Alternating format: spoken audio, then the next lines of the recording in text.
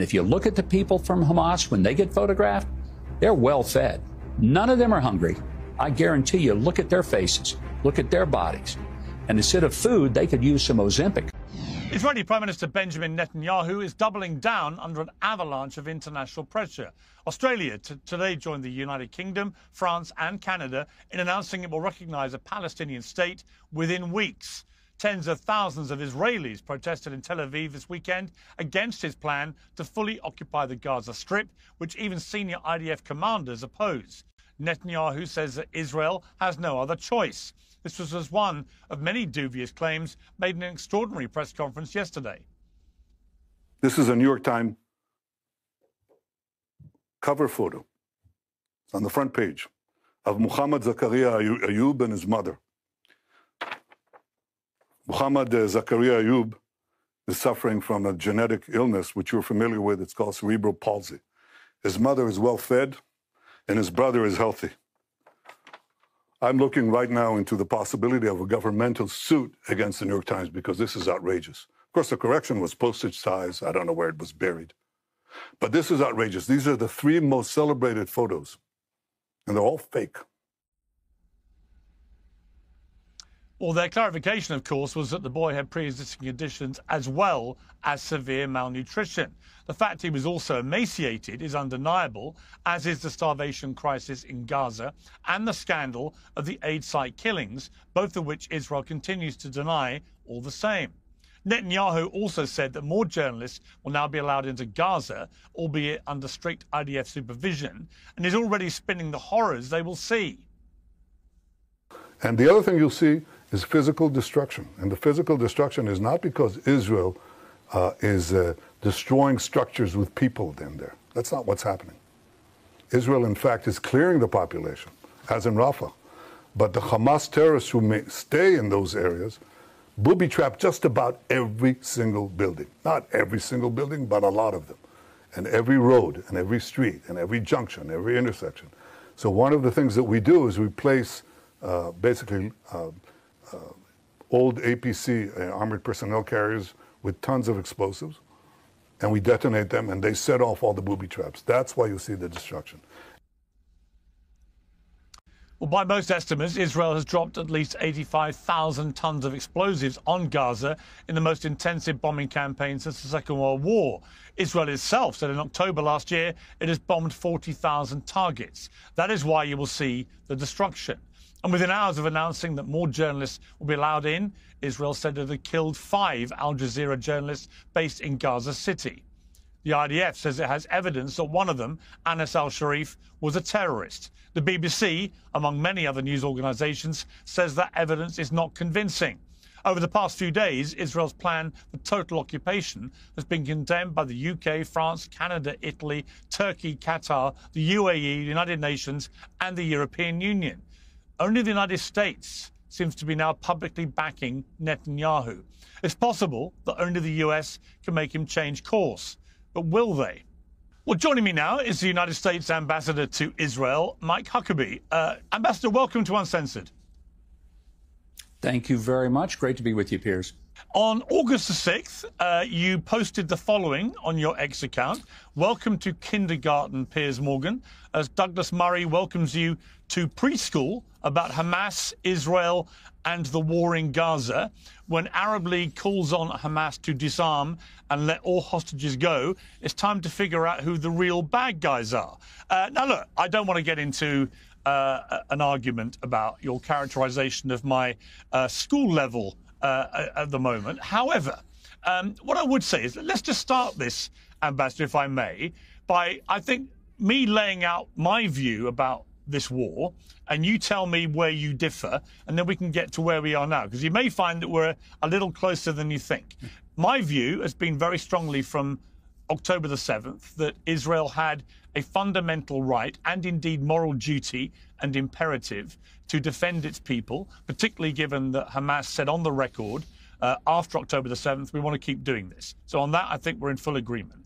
I also believe that Hamas, along with what the Arab League says, should disarm, let all the hostages go and play no further role in any government of Gaza ever. So I think they've abrogated that right after what they did on October the 7th. I also believe, however, that the way that Israel has been prosecuting this war this year in particular has seemed to me to have gone past a point of self-defense and into something very different. And that's what I wanted to explore with you, I think, because you're there and you have a very good understanding, I think, of what is going on the ground. And we can get to that in a moment. But my criticism of Israel is not about the country. It's not about the people. My criticism is very specifically about the Israeli government and the way it's prosecuting the war, because it seems to me that the strategy this year, which has involved a 3-month blockade in which they stopped food and aid going into Gaza, which many viewed as a criminal act against the civilian population, but notwithstanding that, that actually what Israel's done is relentlessly bombarded Gaza in its attempt to take out the remaining Hamas fighters. But by doing so, it has not succeeded in having any hostages released since February. And it doesn't appear to have been defeating Hamas. So my question for you, I think, off the top is, why are you convinced, as you seem to be, that this new strategy of occupying Gaza City and continuing a relentless bombardment of the population in Gaza is going to be any more successful than what we've seen this year so far, which has not, to my mind, been successful?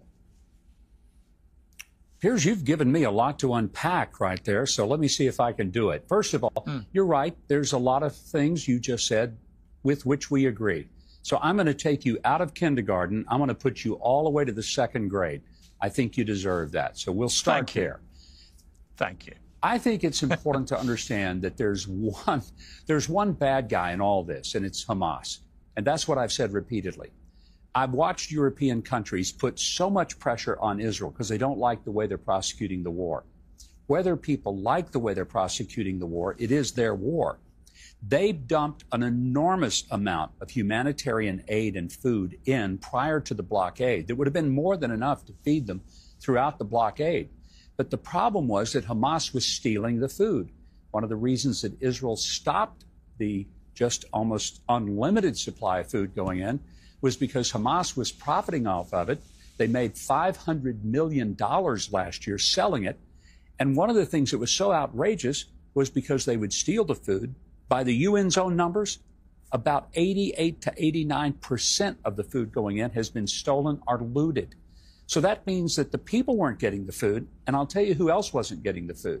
The hostages.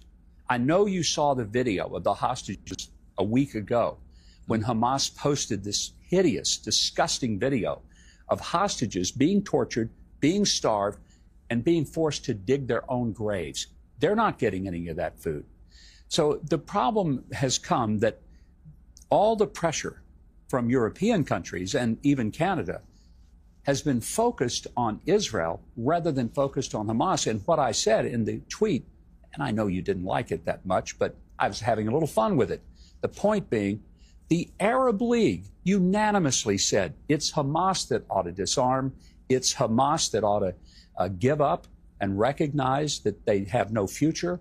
And they need to let all of the hostages go, not dribbling out. They need to let them all go at one time.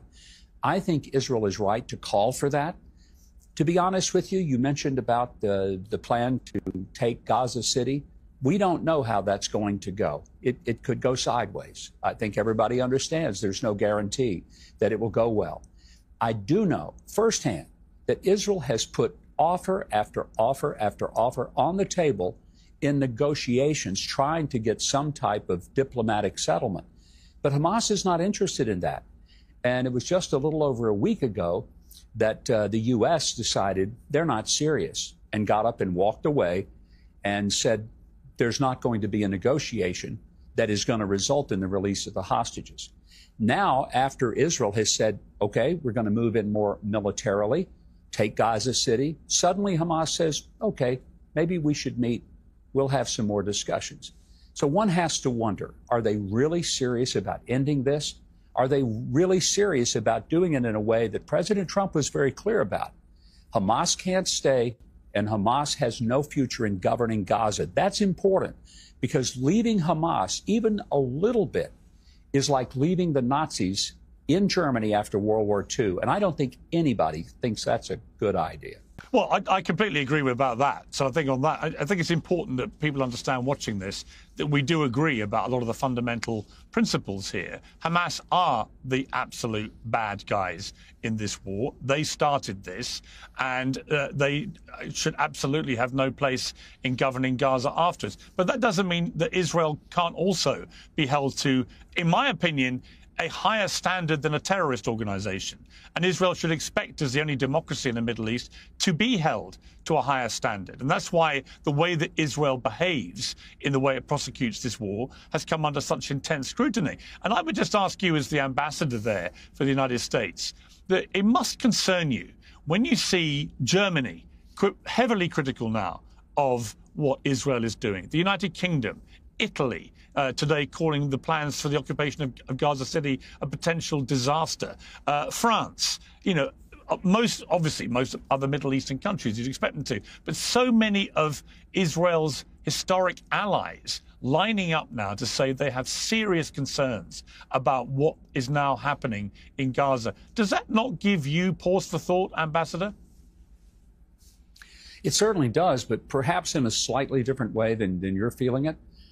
I wish those same countries would recognize that by them calling out Israel specifically and barely mentioning not only Hamas, but not even mentioning the hostages, if at all, maybe slightly, what they have done is empowered Hamas.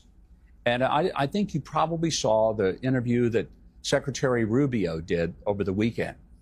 And one of the things he pointed out was the moment that these European countries started calling for a Palestinian state, and when they started saying Israel needs to do things differently, Hamas walked away from all of the negotiations and discussions, because in their minds, hey, they're winning. They're winning because the allies of Israel are spending more time attacking Israel and questioning the way they're doing things than they are in questioning Hamas. And I want to point out something I don't think most people have a clue about. Israel doesn't just go in and bomb the ever-loving Jesus out of Gaza. They send messages, leaflets, they give warnings to people, they tell them where they're going to hit, and they urge them, get out of this area. There's a rocket launcher there, there's a base there, there's a military structure there, and they're very specific, and they tell people to get out.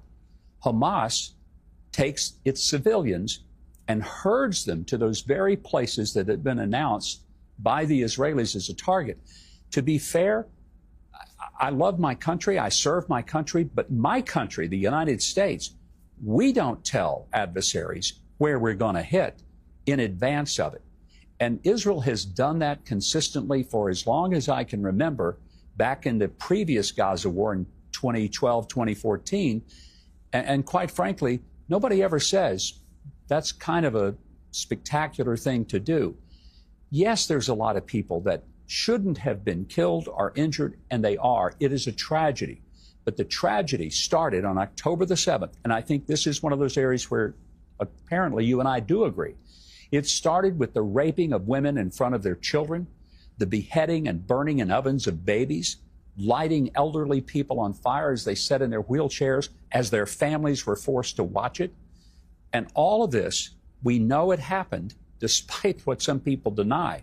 We know it happened because the Hamas terrorists, the savages, they videotaped it themselves because they were really proud of what they were doing. And they took it back and they showed it to their families and they showed it to the other people around them because they wanted them to see what they had done in the absolute heinous, unspeakable murder of innocent Jewish people who had done nothing to them. And they just woke up one Shabbat morning and here they come, and the horror that was unleashed upon them is equivalent to 40,000 Americans being slaughtered and massacred.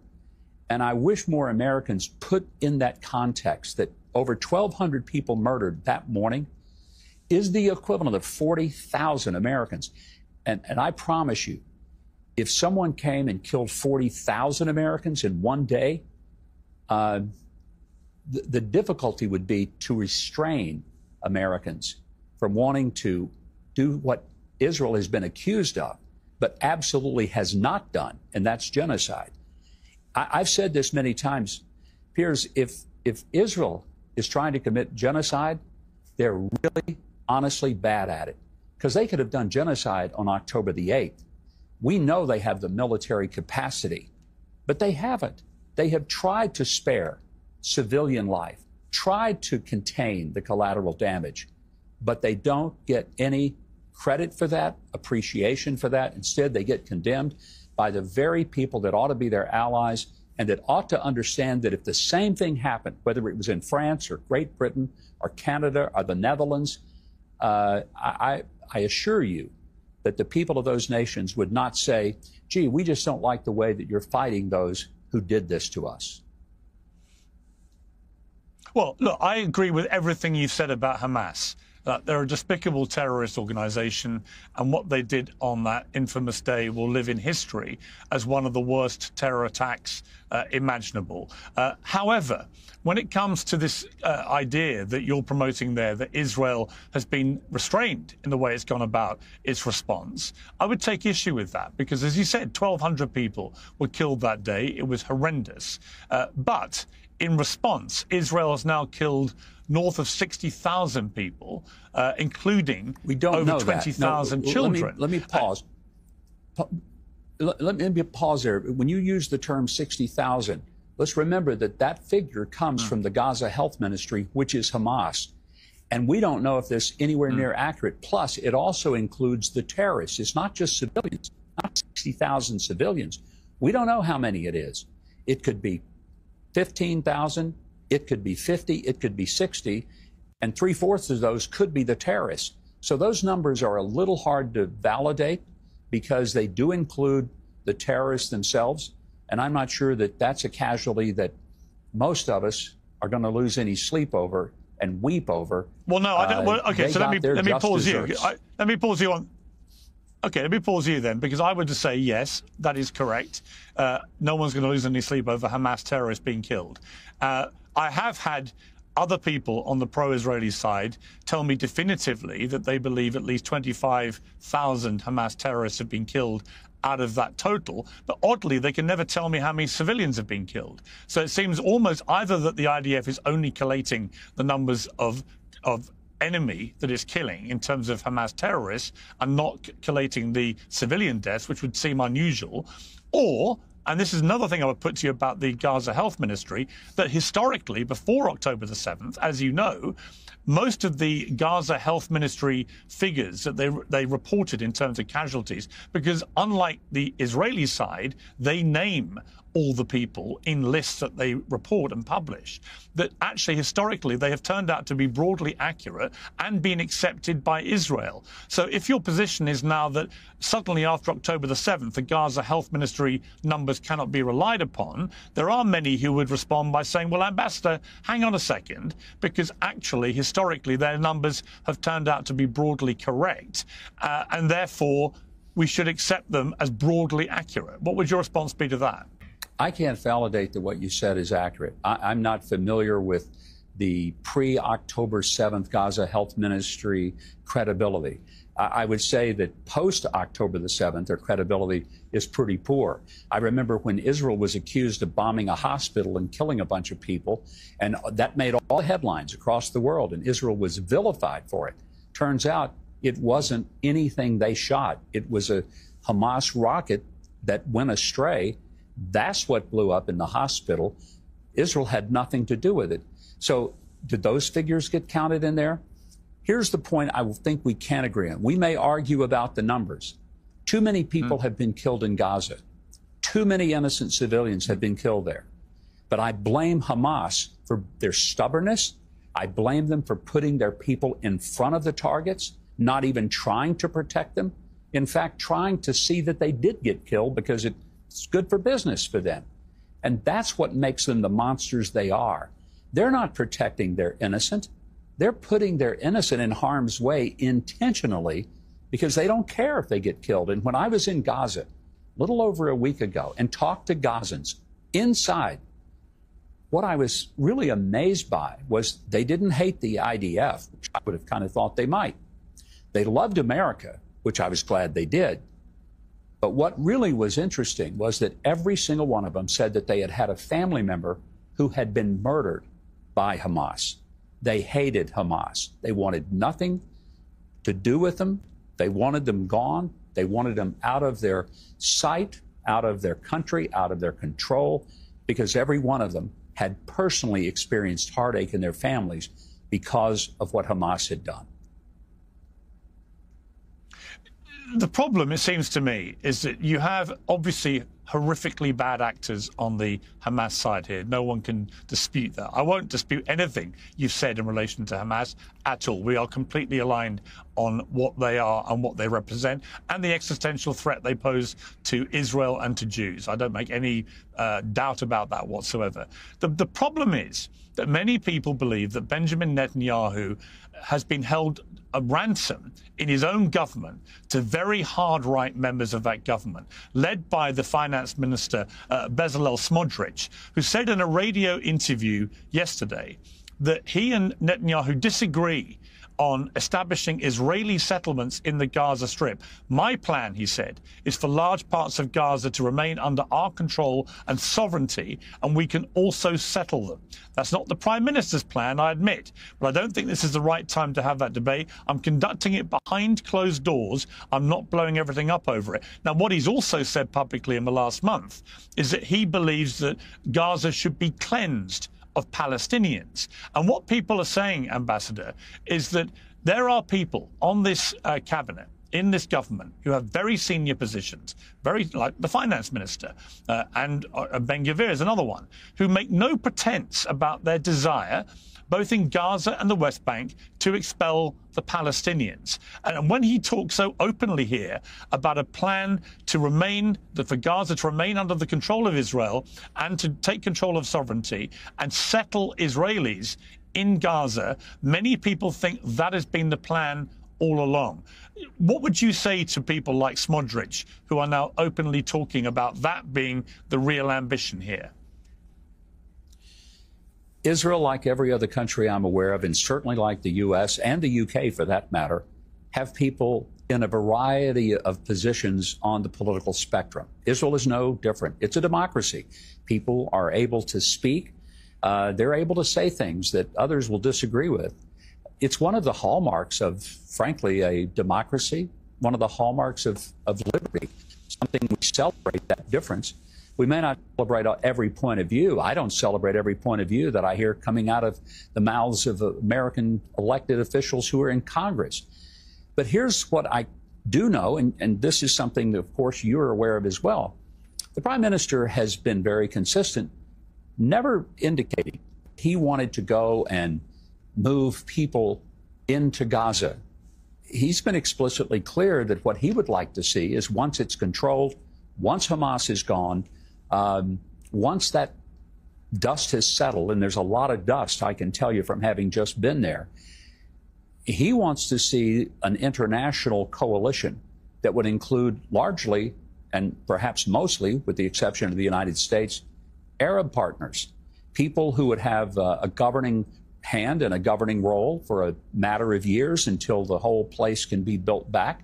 That's what he has stated. So, yeah, there's going to be differences of opinion with the Prime Minister within his own government. That's kind of normal. It's what we have in America. Heck, we've got some Republicans in the Congress that don't always agree with President Trump, much to my chagrin, because I think that if they're going to be Republican, they ought to agree with the leader. And if they disagree, they ought to do it behind closed doors. I'll leave the Israelis to their own devices as to how they divvy up their opinions, because that's really not my job to jump in the middle of their business. But I will jump into the middle of ours and say it makes me uncomfortable sometimes when I hear people in the U.S. government who have views that I scratch my head and say, where'd they come up with that? So I can only speak to that. I'm the U.S. ambassador to Israel, not the Israeli ambassador to the U.S. What do you say to those who believe that Netanyahu decided to go to war to destroy the people of Israel, to sacrifice hostages, soldiers, and the values of the country of Israel? I think it's ludicrous. I've been with the Prime Minister almost as much as I have been with my own wife since I have arrived here as ambassador. And anyone who would say that the Prime Minister wants this war to continue, that he doesn't care what happens, I tell you it's nonsense. Most people know that his perhaps closest aide, Ron Dermer, his Minister of Strategic Affairs, they know him. He was the former Israeli ambassador to the U.S. What they may not know is he has 2 sons fighting in Gaza right now. What they may not know is that the current ambassador of Israel to the United States, Ambassador Leiter, a wonderful human being and an incredible diplomat and statesman, one of his sons was killed in Gaza. There are many members of the senior cabinet of the Prime Minister who are right now in Gaza in combat. And for anyone to suggest that the Prime Minister is enjoying this or indifferent to it, or that he's immune to the suffering. Over 700 IDF soldiers have died in Gaza trying to avenge what happened on October 7th. And I haven't been anywhere in this country where I didn't run into someone who had a son, a daughter, a niece, a nephew, a brother, sister, father, mother, who was not directly impacted either in death or with a severe injury. I mean, it's just something every day I see it. And every week I'm talking to hostage families, not only those from the United States. We still have 2 American hostages deceased, but their families want the remains back so they can give them a proper burial. Hamas won't let even the deceased hostages out. But I just have to strongly disagree and push back on the notion, and I know that's not your position, you're not stating it. But yes, I hear it here. I hear it many places. I can tell you that based on not only the conversations I have, but the reality of the number of people at the most senior levels of the Israeli government whose own children are dodging bullets in Gaza, it's nonsense to say that they want the war to go on and that they don't care. I mean, that quote that I read you was from Inav Zangorka, who's the mother of hostage Matan Zangorka. Look, I understand the hostage families have a grief I don't understand. I can't grasp it. I'm a parent. I've tried to put myself in their position, but I really can't. And I pray to God I never have to. The grief that they are enduring and continue to endure after 700 days of this, 22 straight months, is just beyond my capacity to even get my arms around. So I'm not going to pretend that I understand it. And sure, they have strong opinions. They want their kids back. Who wouldn't? And maybe they express it in ways that show a sense of outrage and frustration and exasperation. And I think we can all be sympathetic and not be critical of them because they have views that might be critical of the government. But one thing I hope we never forget is that because they live in Israel, they can be incredibly critical of the government. They can say the harshest things they want, and nobody will come to their home and shoot them in the head for doing it. And there are a lot of places in this neighborhood, in the Middle East, where if you were to say the things about the head of government that people say about this prime minister or about other people in the government, you wouldn't see breakfast tomorrow because you would never live to see another day. And that's another piece of this whole big picture that I wish more people, particularly those who are a part of Western civilization, who value freedom, who value the free speech that is, well, it's supposed to be a hallmark of democracy, although I think in some places we're losing it. But that's something we should accept and be grateful for, even if it makes us incredibly uncomfortable. I mean, you talked there about people not being afraid to speak their mind in Israel because they won't get people coming around and killing them, as we know Hamas do to people that speak out. But you say this just a few hours after the IDF has killed 5 journalists from Al Jazeera, amongst 7 people who were killed in a direct and targeted strike in Gaza City. Al Jazeera called it a targeted assassination and a blatant and premeditated attack on press freedom. Now, the IDF immediately put out a statement saying that 28-year-old correspondent Anas al-Sharif, who had become extremely well known in Gaza for his broadcasting during the war, they said that he served as the head of a terrorist cell in Hamas and produced documents including personal rosters, lists of terrorist training courses, phone directories and salary documents that they said proved he belonged to Hamas. But since then, a number of journalists, including many from the BBC, have said that this evidence, to their eyes, very experienced war correspondents, is not convincing. And the reason this matters so much is that if the IDF has deliberately targeted a group of journalists in Gaza City, and it turns out that that man, al-Sharif, was not a Hamas terrorist, then that would constitute a war crime. I also would point, there are photos where this alleged journalist is hugging the head of Hamas and smiling and yucking it up for the cameras. There is evidence that indicates that he was an asset for Hamas.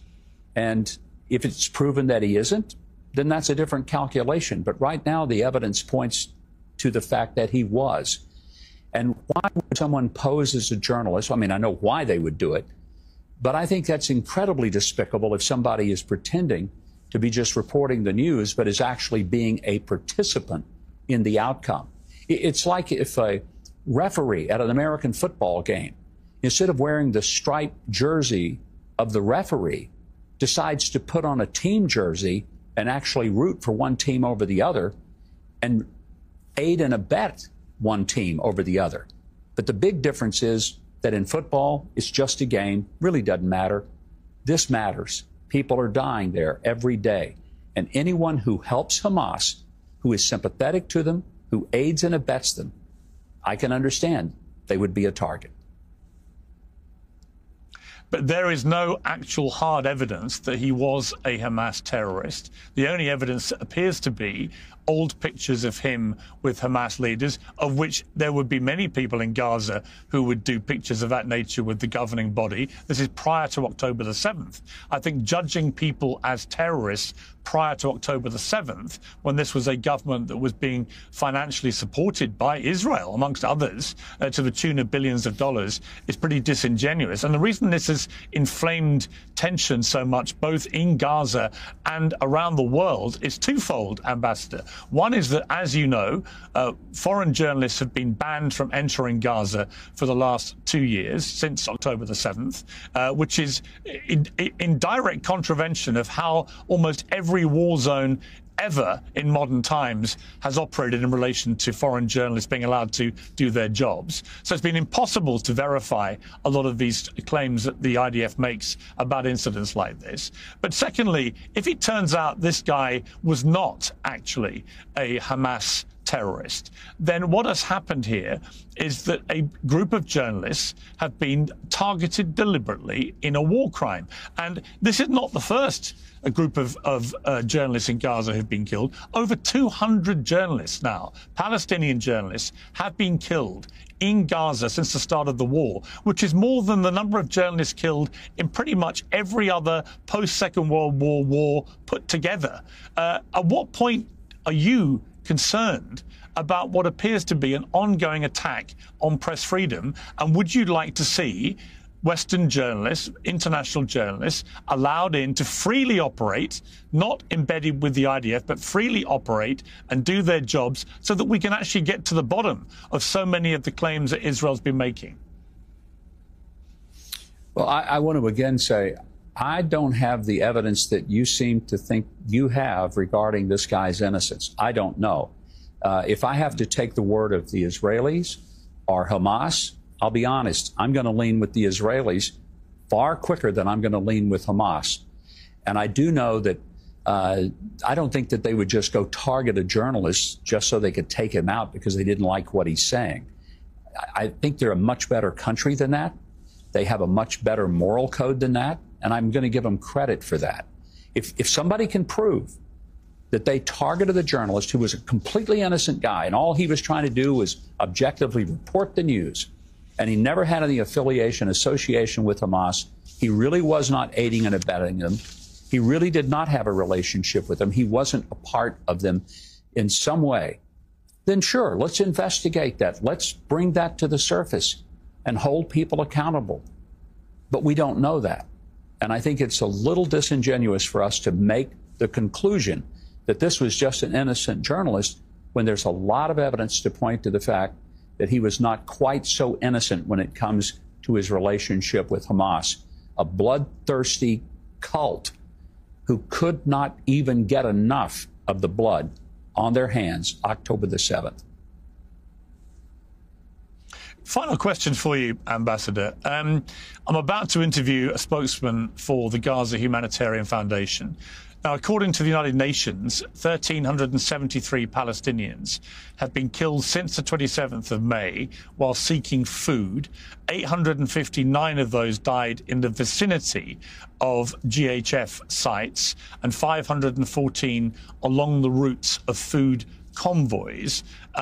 More than 170 charities and NGOs have called for the GHF to be shut down, including Oxfam and Save the Children. They say Israeli forces and armed groups routinely open fire on Palestinians seeking aid. MSF, also known as Doctors Without Borders, said the GHF locations have morphed into a laboratory of cruelty and become scenes of orchestrated killing. And there have been 212 deaths separately reported from malnutrition in Gaza, according to the Gaza Health Ministry that we've discussed earlier, including 98 children. So before I speak to the GHF spokesman, what do you say about this? I've seen your response about this before, that you've not seen independent evidence that these people were all killed by the IDF. But there is a growing sense that the IDF are routinely shooting towards these very large groups of obviously hungry people, otherwise they wouldn't be stampeding for food, and that again, if that is what they're doing, then that again is a war crime.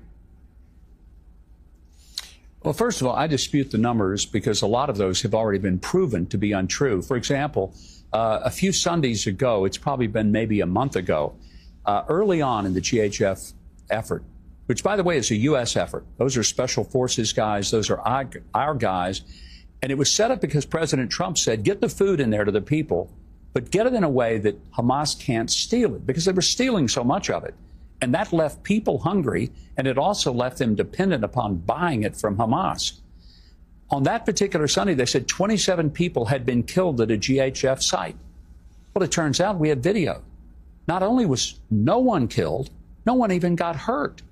Nobody even stumbled over and broke an arm. It was utterly false, but front pages from the New York Times and the Washington Post and the BBC and CNN all ran with the story. And when it was proven that it was untrue, they all sort of did a Emily Latella and said, oh, never mind. And they put a little bitty disclaimer out. And some of them edited their stories a little bit. But I think when you talk to the GHF people, the ones who have been out there risking their lives to get food to people, they're going to give you a very different perspective. I was there. I watched what they did. I watched the way in which they did it. And I think it is a much better process, and it is work. People are not stealing those boxes of food that are designed to give a family of 5 food for 8 to 10 days.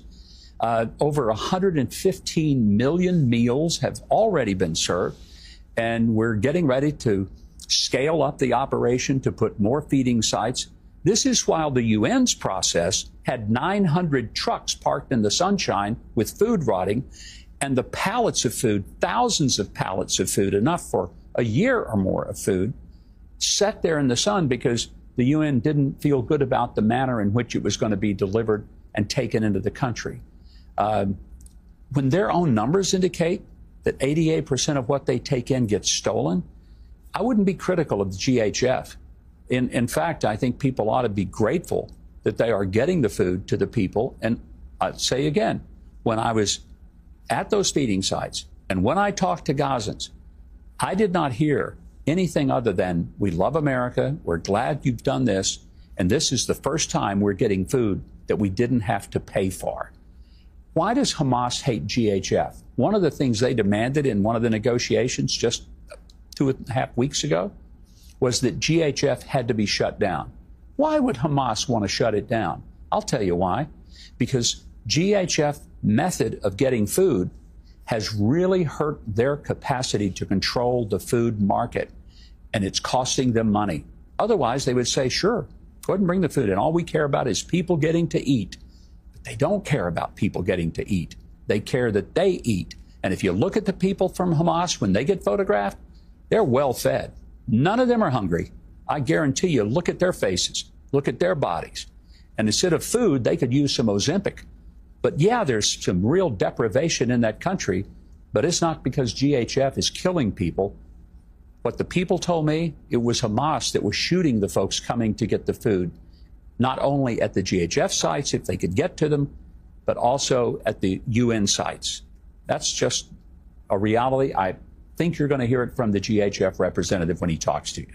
I appreciate the tenor of our conversation. I think it's an important conversation. I do think that you and I agree about many things in this war. We disagree about some of them, but I do think this kind of conversation is really important, and I appreciate you joining me. Thank you very much. Thank you, Pierce. It's been a pleasure to be with you.